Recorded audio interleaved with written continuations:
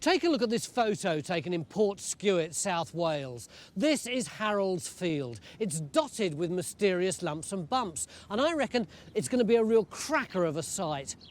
Picture the scene. It's 1065, the year before the Battle of Hastings, and Harold Godwinson, soon to be king, is riding up this slope looking for a site for his brand new hunting lodge fit to entertain royalty. Why here? Well, it's always been strategically important. It's on the main crossing point for anyone wanting to go from England through to Wales. The Romans built here, the Welsh had a royal palace here, but amazingly, no one's ever dug here. Up till now. Time Team have got just 3 days to find out what really is under Harold's Field.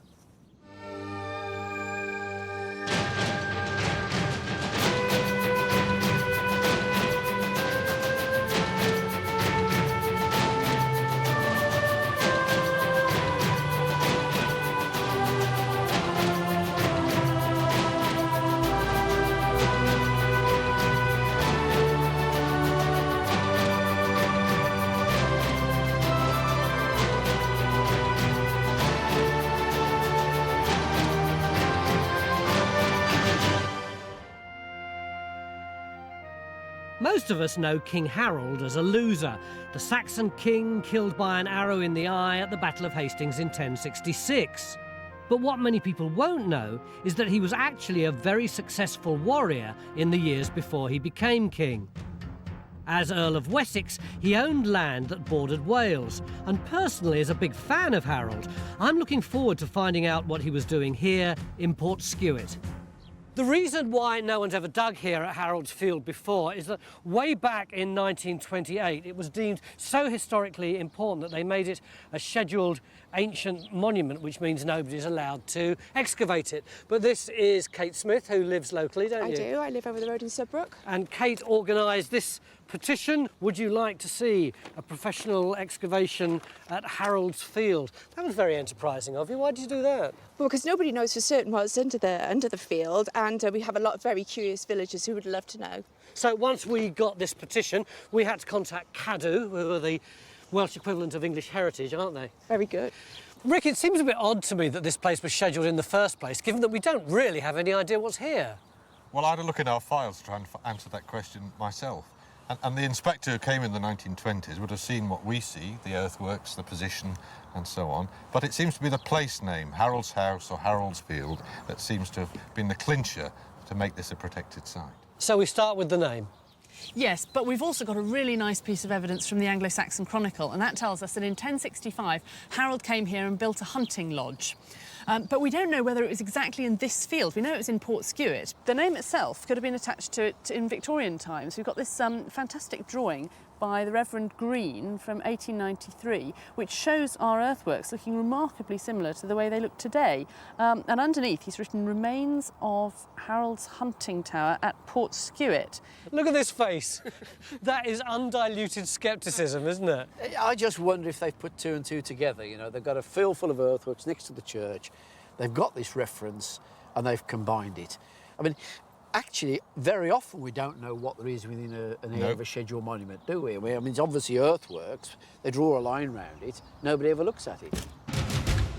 Well, the sooner we start digging, the sooner we're going to know exactly what is buried under these mysterious lumps and bumps, and if they've got anything to do with Harold's hunting lodge. The first trench it's been decided is going in here, across the biggest, most obvious lump in Harold's Field. It stands out so well, in fact, that we haven't waited for Geophys to survey it. Instead, they'll crack on to give us a picture of what's going on in the rest of this field.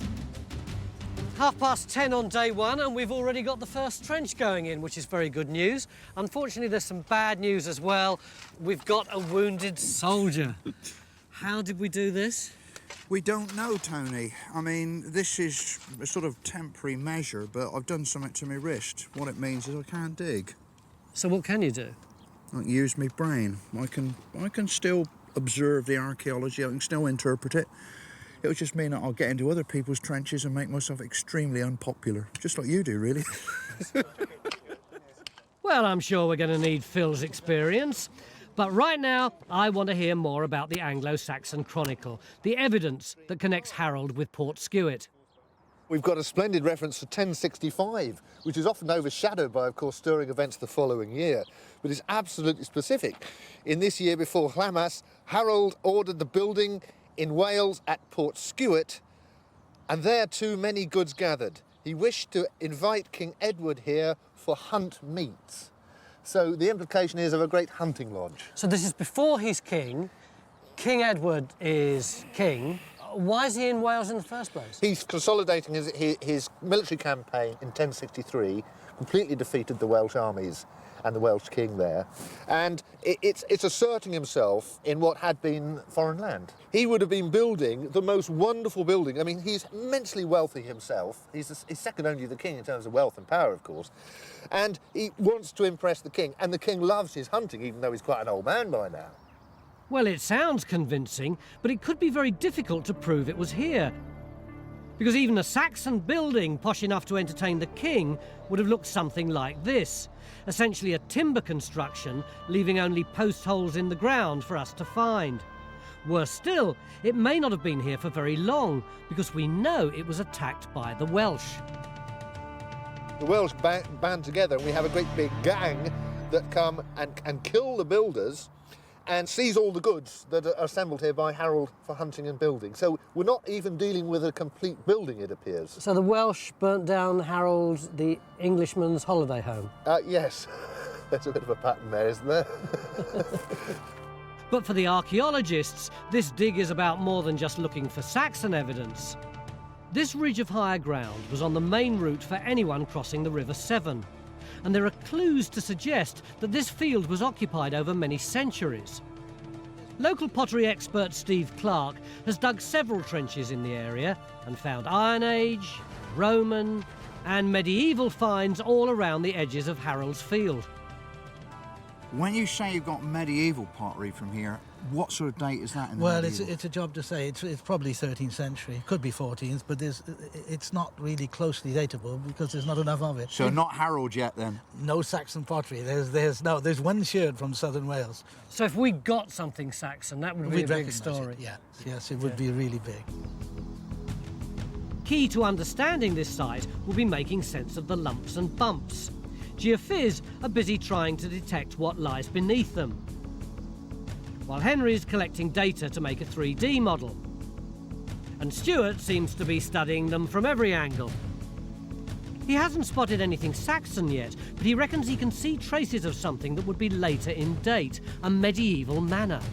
You see, looking over there, that big ridge going across there. There's a low area between us and that. On this aerial photograph, that's this bank coming across here. This is a very typical dam holding back water in this area in here, the area we're standing in. So you've got quite a distinctive feature there showing up. You've got this ditch going round. You can see all these earthworks within here, so you're getting the feel of an enclosure going round. So would that be like an ornamental moat? That's right, so a fish pool, a very typical decorative feature going with a medieval manor house. The plan is to put in a trench to test Stuart's theory. Well, they've got a big yellow digger. I don't have to use my hand. And if we need any digging, I'll get Bridget to do it. Phil and Bridge are going to open a trench here, across these earthworks, to see if Stuart's right and they are medieval. And no sooner does the trench go in at the bottom of the hill than straight away Phil spots the first find. I mean, how did I see that? Not wrong with his eyesight, is there? See, you don't need your hands to do archaeology. Just need your old eyes. That's the way. So what we need now... Is a pottery expert. It's medieval. No, it is medieval. I think it is. When you say medieval in this instance, what refine that a bit more? Somewhere around 1200. Ooh! That would be good. Oh, yeah. But I didn't think you were going to say that early. No, it could well be. It's a bit nice though, isn't it, eh? And just with it, It's a great start. We've come straight down on medieval pottery dating to around 1200 AD. So Stuart could be right, and there is a completely unknown medieval manor house here. Oh, wow. Yeah. Is what goes on in there? Well, it's a bit more degraded in there, but there's definitely there's bits of stone coming up. It's a big old stone there. It is, and it's a nice... Let's have another nibble in here, please, Ian. What's that, a wall there? Well, we don't know yet, but that's what it's looking like. Up on the top of the hill, we could be digging the very posh bit of Stuart's manor house, because we've uncovered a massive spread of stones, and Matt's got his first find of the dig.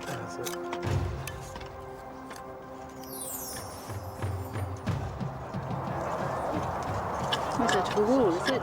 Yeah, it's kind of square. It looks like that squared off piece there, fitted in a wall or something. Yes. Matt reckons there's at least one large collapsed building here, but at the moment it's hard to see because of all the rubble. There was a few pieces of very angular stones in the top, so it was quite thick, and then we came down, there's almost clean mortar there, and almost we have a possible, I don't know, revetment or wall there, a few large pieces there, but they're all very tumbled. It looks like we might have another building at the other end of the trench, and I'm glad I'm not the one who's got to sort it out. That's a wall. And dressed. Yes, absolutely. Unlike all this rough, undressed rubble, this is actually... And that's the only bit of dressed stone Yes, we've found. Quite. But could this map, dated 1777, contain a clue to what one of the buildings looked like? And look at the name of the field. Tower Hay. Tower Hay. Yeah. Now, I think that tower field name applies to the fact that there's these big lumps and bumps on the top here, and there was a memory that was a tall building or a stone tower, perhaps an old manor house, but there's a memory of a stone building in this field. Stuart now believes that most of the bigger earthworks are part of the medieval manor house, and this is an exciting discovery in itself.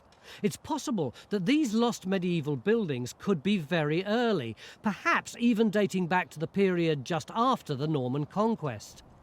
But as well as digging the manor, we also want to investigate the pre-conquest history of this hill. So where do we put our next trench in search of some Saxon evidence? What we've got on top, it's almost like a big courtyard, but there are areas in here where there are much lower earthworks which don't quite fit that same pattern. They're almost interesting because they're blank, in fact. Yeah, they're blank and they're very low and they just don't feel the same substance as the other ones. The geophys survey looks like it's showing more medieval buildings, but it could also be natural sandstone. The only way to find out is put another trench in. Yeah, but see, I think the problem is, in a way, we don't want to know about the things we can see, because these are going to be medieval or later stone or solid structures, whereas if we're talking about something earlier that might be timber built, the sort of things that would be contemporary with Harold, you know, late Saxon, early Norman, they're either going to be underneath these or are they going to be in the rather more blank areas. So in a way we ought to be looking, like you're saying, in the blank areas, because that's where we might see the post holes and timber slots of earlier structures. Trench 3, it's decided, will examine this geophys blob, but also extend into a blank area to see if we can find any trace of earlier occupation. So Trench 3 gets underway on top of the hill. And it doesn't take long to reveal the source of the geophys black blob. There's bits of mortar coming up. A spread of mortar and rubble, probably from the medieval manor house. I don't think they're in situ. So we can take those out then? Yeah. In some ways, finding a complex of posh medieval buildings here isn't surprising, because manor houses were often built on important Saxon sites. Essentially, it was a way of showing that a newly conquered area was under new management. Harold, in fact, may have chosen this hill for his hunting lodge because it had long been the site of a Welsh royal court. We could be digging the top of many layers of history in this field. We've talked a lot about the medieval manor and about Harold's hunting lodge, but before that, we've got this possible Welsh royal court. Which was here for a lot longer. What would it have looked like? Well, we don't quite know. There's been a lot of work done on Llys sites in North Wales. What is this thing called? Llys, the royal seat of the Kings of Gwent. Once again, we're talking about a fancy wooden building, built possibly as early as the 7th century. The evidence for it comes from a historical text, the Life of St. Tithæus, which tells how the King of Gwent went in search of a new royal site. the king is on his horse, which he rides without bridle or halter. So the horse miraculously is guided by God to a spot, as the nearest we get is well nigh to the banks of the Severn. But more specifically, when he arrives here, the horse scratches the ground, and lo and behold, a spring bursts forth.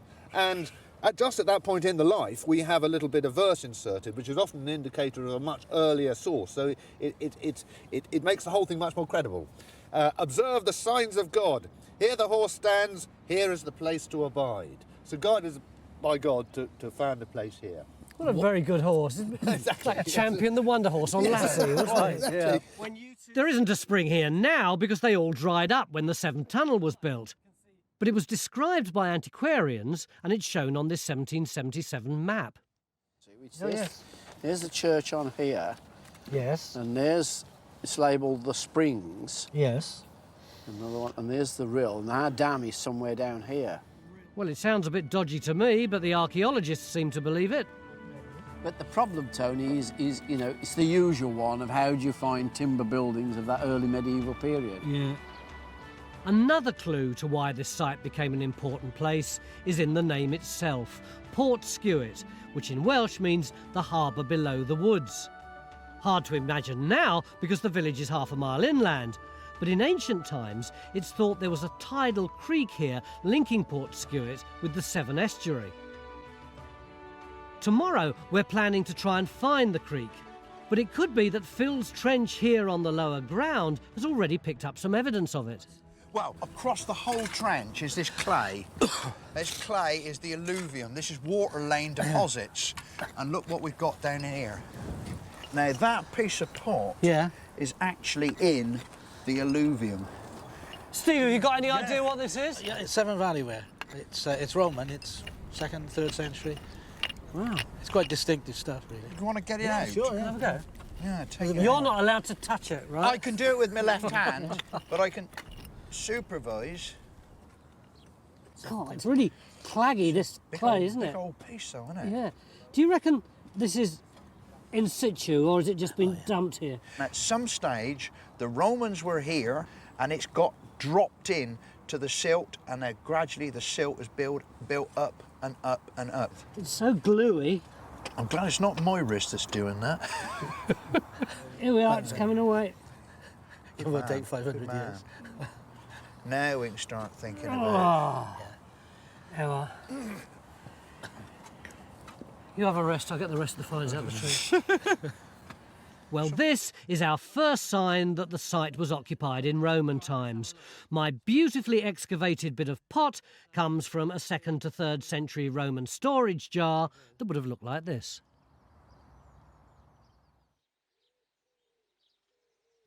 I said I thought this site was going to be a pretty good one, and it hasn't let me down so far. We started off with these earthworks. Underneath it, it looks as though we found the medieval manor, and there could be all these layers underneath. Join a thriving worldwide community of Time Team fans on Patreon. Our new target is to reach 15,000 worldwide supporters on Patreon by the end of 2025. This will enable us to continue expanding the Time Team world with more digs and greater access than ever before. Day 2 here at Portskewett in South Wales, where we're trying to work out what all these lumps and bumps are about. Yesterday we found what we think is a medieval manor right on the top of that hill, but this place is called a Harold's Field, so we're hoping we might have Harold's Saxon hunting lodge underneath the medieval manor, but it's more complicated than that. There's so much history here. We could have a Welsh royal court under the Saxon, below that a Roman villa, below that something prehistoric. But what really intrigues me is that we discovered yesterday that in this low ground down here there used to be a creek which flowed into the River Severn. So once he's sorted himself out, Stuart's going off you go, my son, in order to try and map the creek. Later on we're going to put a trench in somewhere around here. We've got our work cut out today.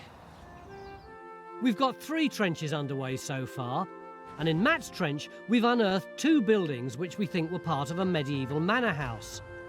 But we don't know how old it is or when it went out of use. It looks like we might have something else coming through here, do you think?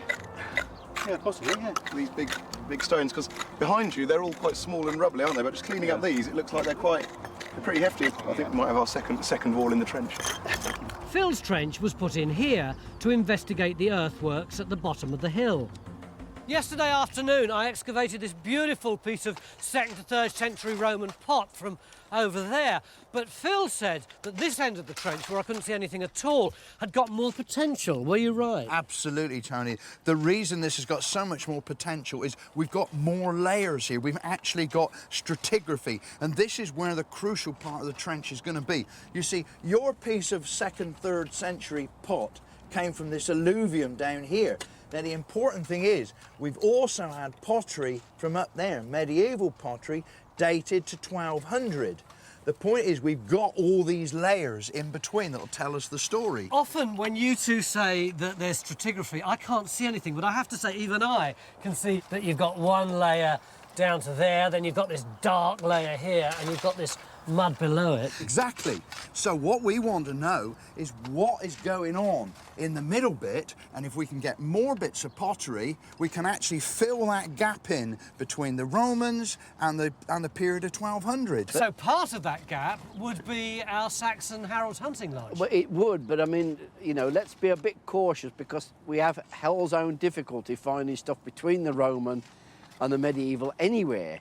Well, that's great, isn't it? We've got a trench here that's cutting into the hill and allowing us to see the earlier history, but Mick's telling me that we might not be able to prove that one of these layers is Saxon. I don't really understand. Why won't we get any Saxon finds?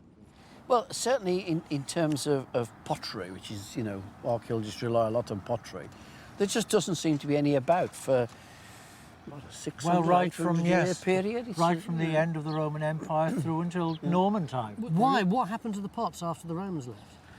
Well, it's a very interesting question, and we can give you a very feeble answer. It's the end of the market economy. The Romans had a number of centres where they mass-produced pottery in Oxfordshire, in Dorset and so on, and those disappear. I think a lot of it is due to the fact that they're using wooden vessels. Which rot away. Yeah. I mean, where you get a wet context that preserves wood, the wooden vessels are there en masse. So, if we want to find evidence of the time between the Romans and the medieval manor, what are we likely to get? The most satisfying thing we would get is either some post holes or timber slots or something like that, which were demonstrably after the Romans and before the Norman period.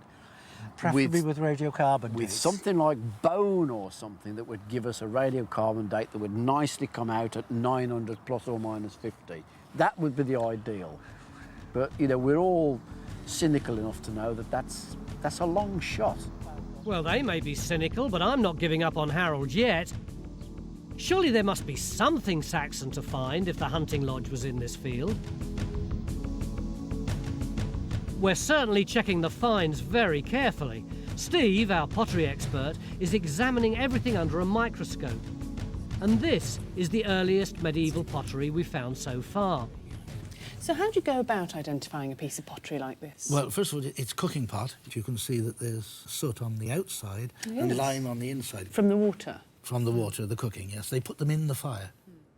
Identifying pottery is all about recognising the shape, type of clay and the various extras added to it. This has a purple tinge because of the high iron content in the clay, and it's typical of pottery made in Ham Green near Bristol. Sand has been added to the clay as a temper to prevent it from cracking in the fire. Of a cooking pot. And that's what we can see up on the screen, isn't it? These rounded grains and things are obviously sand. And what's this great lump? It's also sand as well. It's a quartz grain, which is subangular. But these here, which we got really excited because in Wales, these are generally 12th century.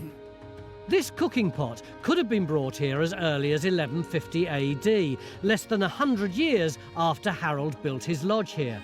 And it was found in Phil's trench, so gradually we're moving in the right direction. We're making progress in Matt's trench as well. It looks like we're starting to get some dating evidence for our manor house. No, what have you got? That bit of pot, isn't it? Oh, it's tile. It's sort of fairly standard medieval tile. Bit thin for roofing tile, isn't it? What do you think? Might be from a hearth or something like that. Not floor tile, then? It's not floor tile, it's far too thin. Hopefully we'll find more clues, but at least it tells us we're dealing with a manor house that was here in the 13th or 14th century. Thanks to some 21st century wizardry, Henry's 3D model of the lumps and bumps is helping to show up the extent of the manor house. It illustrates quite well on the top the rectangular nature of where those big lumps and bumps are, where the building is. See how clearly defined that is on Henry's model. I'm really pleased with that. That's great. It's good, isn't it? I mean, it shows sharp corners to it, don't there? It's very definite, but what it also shows, if you can swing it back, Henry, it's starting to pick up various earthworks down here. There's clearly more going on in this area that will tell us something about the history of this site. So, yes, it's been really helpful. Stuart's main challenge today is to find the silted-up creek that once connected Portskewett to the sea. So there's the site just in there. And you can see you've got the coast out here with all the mud flats. All these lines on here, these are medieval strip fields, i.e. this wasn't flooded in the medieval period because they were able to plough it. But there are areas where you can see stream channels and areas that don't have ploughing on. Could this be where you could bring boats up to our site? The theory is that there was a tidal creek known locally as a pill running close to our site. It may well have looked something like this one, which is only a couple of miles away. Phil's going to help with the search for the lost creek, and he's wondering what the harbour at Portskewett might have looked like. I mean, we've got these sort of, well, modern jetties and bits and pieces like that. Would they have had that, or would they have just literally let it sink down in the mud? It would depend. We have got examples of medieval quaysides, big stone establishments, but probably the majority of times people would come into these small pills and there wouldn't be a major facility. They'd have a boat that they could bring in on the flood tide and settle on the low tide, unload, then wait for the next tide to come in and flood and go out on the next tide. Our environmental archaeologist Emma is taking a series of soil samples to locate the creek. It's tough going, but already she can tell us there is a silted up channel here, and it's 4 metres deep in places. We're now also digging a new trench based on Emma's work, and it's been positioned here to look at what could be the edge of the creek. Meanwhile, Phil's making his way out of his tidal creek into the Severn estuary. And he's learning just how much local knowledge and skill was needed in handling one of the most difficult stretches of water in the country. What makes this water so special? It's the speed at which the tide comes in and goes out. An ordinary sailing boat cannot overcome the speed of the tide. The tide runs at up to 10 knots and even more on a spring tide. And a boat goes 3 to 4 knots. So if you don't get it right, the tide will just take over and you go down backwards. Have you made those sorts of mistakes? Occasionally, yes. I think we all have. If the wind drops, then you're entirely left to the tide. Back in Harold's Field, we're making real progress unearthing the medieval manor. I've been looking round the sides of this hill for most of today because, quite frankly, the archaeology up here on the top was so complicated. I wanted to give the archaeologists time to have a really good look. The big news is that Matt reckons he's revealed a doorway into one of our medieval buildings. That's lovely, isn't it? Door jamb coming out there. It's just come up now. Making a nice space for the timber door to fit into. Yeah, door in there. We've got a doorway here into one building, and we've also uncovered 2 walls that are clearly part of a separate building. And both walls, bizarrely, have been made without using mortar. If you build a good solid stone wall, gravity will actually hold it in place for you. Without having any mortar? Yeah, with no mortar. Until it begins to fall down, because then it seems to have crashed right down the hill, gravity assisting in its collapse. On top of Ian? Yeah. Ian's up to his neck in rubble, but he's also finding a lot of medieval roof tile. But underneath this rubble here, we've had this layer of roof tiles, which I think means that the building didn't fall down, it was brought down, demolished. They took the roof off, threw away what they didn't want, and then they took the walls down and threw down all this rubble on top of the roof. It's taking a lot of time, but we're slowly making sense of these medieval buildings. And up in the helicopter, Stuart's ready to report to Mick. He reckons he's worked out where the creek ran up to Portskewett. The church sits on a little promontory of high ground. Can you see that I can dipping see down? the edge of that, yeah. The low ground, you can trace in a channel out towards that electricity pylon. Yes, I can see it going across the field. You can see the channel to the right carrying on. Yes, absolutely. Well, that's the line of the original creek. Phil's boat at the moment is here, and he's looking from water level at what would once have been the entrance point into the creek. So literally everything that's forming the shore now is silted up? Yes, it looks like featureless mudflat, but in fact that's changed with the new medieval seawall coming in and could have been our pill during the early medieval period. Colin, if you were coming into a harbour here, what can you tell me? Would it be a favourable place for a harbour? Well, yes. First of all, the tide would have pushed you nearly right up here, having bounced off the English stones, and then the last little bit with the westerly wind as we have now, you would have just sailed straight in, which is exactly what we're doing. And if we go very much further, we're going to be on the shore. We better turn around and go back. Ready, Mark?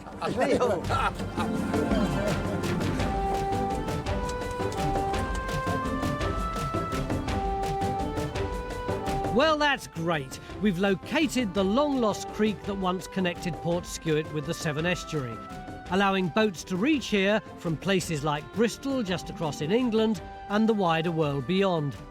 But was the creek still flowing when our manor house stood proudly on this hill? The news is that we've got enough pottery now to date these medieval buildings. A good idea, because the pottery is, a lot of it's from Bristol, and it's a type of pottery which doesn't come in until the second half of the 13th century and goes out in the 14th. And how does late 13th century tie in with the history? Well, actually, very, very well, because the one and only reference we have to Portskewett after Harold's time is here, dated 1271, survey of the forest of Wentwood, and one Matthew Denaband is resident here in a house at Portskewett. And he's got three privileges: houseboot, the right to cut timber to build houses; hayboot, the right to cut timber to build fences; and fireboot, the right to cut certain types of timber for his house fire. Well, now we really are getting somewhere. We've got a 13th century manor house and the name of someone who lived here at the time. We also know it was pulled down in the 14th century, well before the creek dried up. In our trench here at the bottom of the hill, much of the day's been spent investigating this ditch, which we can now confirm also belongs to the medieval manor. But it's meant that we haven't had time to investigate the layers Phil pointed out to me this morning. With Roman pottery at the bottom and medieval at the top, we could have a layer of Saxon history in the middle. I've been promised we'll definitely find out tomorrow. If you'd like to see more episodes like this, you can make it happen. Our new target is to reach 15,000 worldwide supporters on Patreon by the end of 2025. This will enable us to continue expanding the Time Team world. Enjoy front row seats for the greatest show on earth and under it. Day 3 here in Portskewett in South Wales, and our last chance to find evidence of Harold's Saxon hunting lodge thought to have been in this field. What we've learnt so far is that many of the big lumps and bumps here belong to a 13th century manor house, which is causing a lot of excitement at the moment. There's all this work stone coming, and we found this lovely worked bit there. Look at that. So we took that out, thinking it was rubble, and underneath, another one the same, and another one the same, all stacked up on top of each other. What about that as well? Oh yeah. There's two more there, look. Well, that's fantastic. That's the side of a doorway, I would have thought. The door jamb. Well, yes, and you've presumably got a stack of them. These stones were part of the door. Slowly, we're starting to build up a picture of what these buildings look like. You see, it sticks Oh yes, out. yes. So I guess maybe those or similar stones would have been on that. That would make sense, as that's the doorway there, and you're coming into something this way. Yeah. And if you're coming into something, then presumably this earthwork and this parched grass is the inside of it. Mm. Oh, I just wonder if this isn't the tower that the field's named after. Well away from the medieval rubble, we're going to have one last stab at finding some earlier structures on this hill. Our last trench is going in here. If we're lucky, this bit of the field might not have been built on in medieval times, and we might come straight down on some Saxon evidence. Oh, that's nice and medieval, isn't it? That is nice medieval. That's very nice. What, 13th century, I think? That's still early then. Yeah, that's nice. There's so much good archaeology here that Phil will be happy whatever we find. But personally, I'll be disappointed if we can't find anything to prove the Saxons were at least here in 1065 AD. I'm told my best chance is in this trench. Here we've exposed a series of layers in the slope of the hill that could allow us to get at any Saxon evidence if it's here. Ooh. So how are you getting on then, Tracy? That's looking interesting. Yeah, it's not what we expected. We were peeling off this redeposited clays forming the terrace. Yeah. To find the earlier ground surface. And is it coming off easily at that level? It is, it's just peeling off of this. Oh, look at that. Yeah. Oh, look at that. That is definitely the level, then, isn't it? But what we didn't expect was this yellow degraded sandstone. The top layers, which have now been removed, dated to 1200 AD. They were put down to create a terrace on the side of this hill, and it looks like similar terracing has been going on in much earlier times. Could this be evidence of activity here in the Saxon period? Mick tells me it's rare to find Saxon pottery, but we have to hope for some dating evidence as Tracy carefully unpicks these layers. A worn coin of Harold, I think. I'll do my best with. Thankfully, I'm not the only one who's optimistic about finding some trace of the last great king of the Saxons. Our historian Sam is backing me all the way. Oh, absolutely. And looking at the historical context here, I'm sure he was here. I'm just waiting for the archaeologists to prove it. Yeah, exactly. It's not our fault if they're a bit slow. Victor's got him hunting. Is that just because he built a hunting lodge, or did he really like hunting? Oh, he undoubtedly liked hunting. It was all part of the territory of being a great warrior and a war leader, because it was such great training for mobility over land, lines of approach, all this sort of thing. That's why it's always associated with warriorship and rulership. What we all remember about 1066 is him losing the Battle of Hastings. Yeah. But in fact, after he became king at the beginning of 1066, he started off being really successful militarily, didn't he? Oh, he did very well. One of the greatest victories of all time over an invader was the Battle of Stamford Bridge, where he defeated the Vikings. Exactly, Harold Hardrada. It was an all-time success.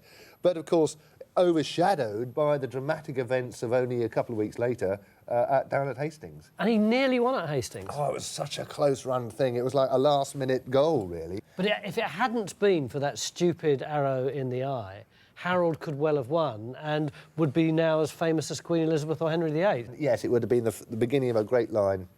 And he just looked up at the wrong moment. One thing we have found that was here in Harold's time is the old river creek that allowed boats to reach here from the sea. Emma's soil survey has shown us that it was at least 4 metres deep and likely to be just as wide. This trench, put in to test Emma's results, found this edge of the creek. Emma's now working here, trying to find the end of the creek, but I'm a bit confused. Stuart's told me there was a huge pool of spring water in this area, held back by this causeway that acted like a dam. Or haven't I got that right? That's absolutely right, but we think that causeway going across there is much later than the Saxon period, well into the medieval period. But before that, the creek came up through here. So take that away. Yeah. The creek came up here. And what you've got is this, the land rises up where you get to where the fence is over there. Yeah. And this area here looks to be where that creek comes through and joins the land. So asked Emma if she'd do some augering to see what she could find. And what you got, Emma? I found some sand, Tony. You said that like it was Christmas. I'm so glad. Yeah, she has made me very happy, I have to say. And there we go. Yeah, that's exactly what that's beach sand. So this is the place at which the water would come up to, where you would bring boats up to, drop them on the beach, settlement growing around the head of that. This is exactly what you've got there. This is absolutely brilliant stuff that Emma's done here. Rediscovering the tidal creek has allowed Henry to create a 3D model to show the approach to Portskewett in Saxon times. Right, what you're actually seeing here is the 1940s aerial photograph over the top of the topography. But what the work that Emma's been doing and some of the map work Stuart's been doing has shown is just how wide this area of wetland with creeks running through it would have been running right up to our site here. You'd have been able to bring a vessel up this creek up here, right into the landing spot there in the Saxon and Roman periods. No doubt about that at all. It's fantastic. But then so is the news from this trench, because a few minutes ago, Tracy turned up, guess what? 2 bits of pottery from one of the lower layers of the trench. Could they be Saxon? He's just said to me that he's feeling cautious but excited. And we've got all these books here of stuff called chepstowware and lots of little fragments of pottery. Why are you excited? Well, because the fabrics are so distinctive, really. Under the microscope, there's limestone, angular limestone, there's quartz, but that fabric with the quartz, with the vertical rim, is identical to this one in Chepstow. OK, so we've found something that is like something that's been found in Chepstow. Yeah. What's the significance of it? Well, the dating. And what is that dating? Late 11th, early 12th century. Yes. This is great. Couldn't be better, very could it? excited, yeah. Just what we want. We're very close to the conquest. Late 11th century. When you say late 11th century, could it actually be before 1066? I wouldn't have thought so, but it's almost certainly Norman anyway. It's a rare find, unfortunately the wrong side of the conquest. But it means the layer it came from dates to the late 1000s. And Trace is still digging down into what could be earlier layers. The news from the trench we opened this morning, by the way, is that we didn't find anything Saxon, just a couple of ditches dating to the 12th century. But that may not matter now, because this trench continues to surprise us all. Oh, hang on. Ah. Ooh, hey. Ah, indeed, it looks like we've got another bit of potential Saxon pottery.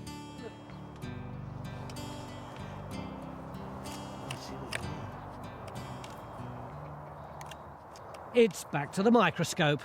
I have to say, I never thought I'd be so interested in a few scrappy old bits of pot, and Sam, in the excitement, has turned into a geologist. It's oolitic limestone tempered. What's an oolith? Eggs. Little eggs. That's made of eggs? Lots of tiny little eggs from ancient tropical oceans that form these limestone geological layers. The Cotswolds. See, that's a void That's a very distinctive. Oh, yes, filled with mud, yeah. So that may well have been where there was a neolith. Oh, they're oolites, they are. I don't doubt Oolite. that. You definitely would say that, would you? Oh, yeah, but you see, the Saxon and the Norman have oolites. I mean, we don't see that Saxon pottery in Wales. So this is one of two We might types. do, yeah.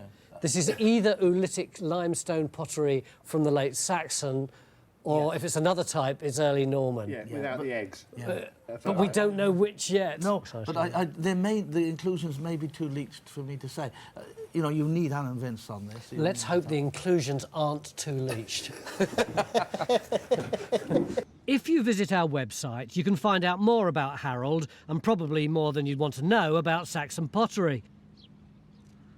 But right now we're running out of time. The villagers who invited us here are turning up to see what we've been able to discover about Harold's Field.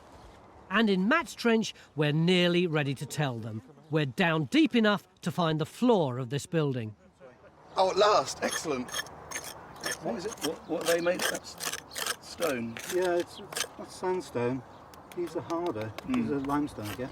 Strange thing, it doesn't seem to be. It seems to be lower than the bottom of the wall there, doesn't it? This is so typical of you, Mick Aston. We're all working away in the freezing wind over in the field, and you're sloping off to the church. We're working away on the church. Rick reckons we can tell the villagers when the manor house was built. This church dates to the early 1100s, and he's noticed it's got similar stonework to this bit which he's lugged across from Matt's Trench. Well, I mean, I would suggest that you could put it almost exactly into that doorway. It's the same type of stone, even though the colour looks different, doesn't it? Same block size, same detailing. The windows have been added in the early 1200s, and they too are a match for some of our dressed stones, suggesting that our manor house was altered at the same time. So that one, we're comparing with this one. Yeah, so we can, by comparison with this window, suggest that perhaps in the early 13th century there's a significant alteration to that great tower that Matt's working. So Mick, what do you think is the relationship between this church and what we've got over there? I think it's a very direct relationship which you see all over the country, which is the manor house has the church next to it. And that's usually because they start out as the private property of the people in the manor house. It's only later they get dragged away and become the parish church. The church and manor house were probably built by the same stonemasons. But can we now say which bits of the manor house we've been digging up? I think what we're looking at here is the doorway into a 12th century tower. I mean, it is magnificent. Inside you've got the floor, and then you go out through the doorway, over the threshold. That's that big stone down there. That's that big slab there. And then you're outside the building, and then our trench turns right and goes down the hill. And what the trench has done is cut through a range of buildings along that side, which are later 13th century, and I think probably are likely to be a stable block. They've got a central sort of walkway going through. We've got no later 13th century pottery from there anyway, have we? So it's not domestic. No, I don't think it is. So we know these big earthworks, sketched long ago in Harold's Field, are not the remains of Harold's Saxon hunting tower. And we can now reveal to the villagers what was under the lumps and bumps. The main building we unearthed was a Norman fortified tower house, likely to have been 3 stories high. Next to it there was a stable block, and these earthworks are likely to be a courtyard with ancillary buildings set around it. Encircling the hill was this deep ditch, and the impressive route in was across this causeway, with the creek on one side and a large lake of spring water on the other. This was the home of the local lord, but not the centre of power as it was in Harold's day, because in Norman times their base was at Chepstow Castle down the road. But what I hoped for was something to link this field with Harold. Did we get any pre-conquest pottery?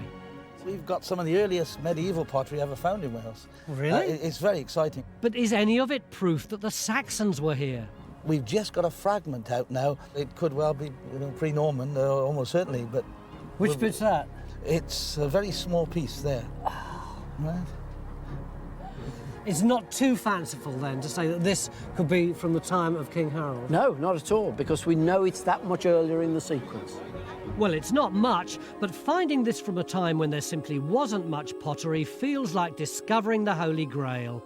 This is chaff-tempered ware, and it's Saxon. I can hardly believe it. We can tell the locals that we found evidence of activity here just before the Norman conquest. And for me, it's proof enough that Harold was here. Our historian Sam is convinced that Harold would have built his hunting lodge on this important hill, intending it to stand out as a symbol of new power to anyone arriving in the creek below. So basically what we've discovered is that this is a really classy place, and if you didn't know it already, you're really posh people to live here. Thanks. Thank you. Thanks very much.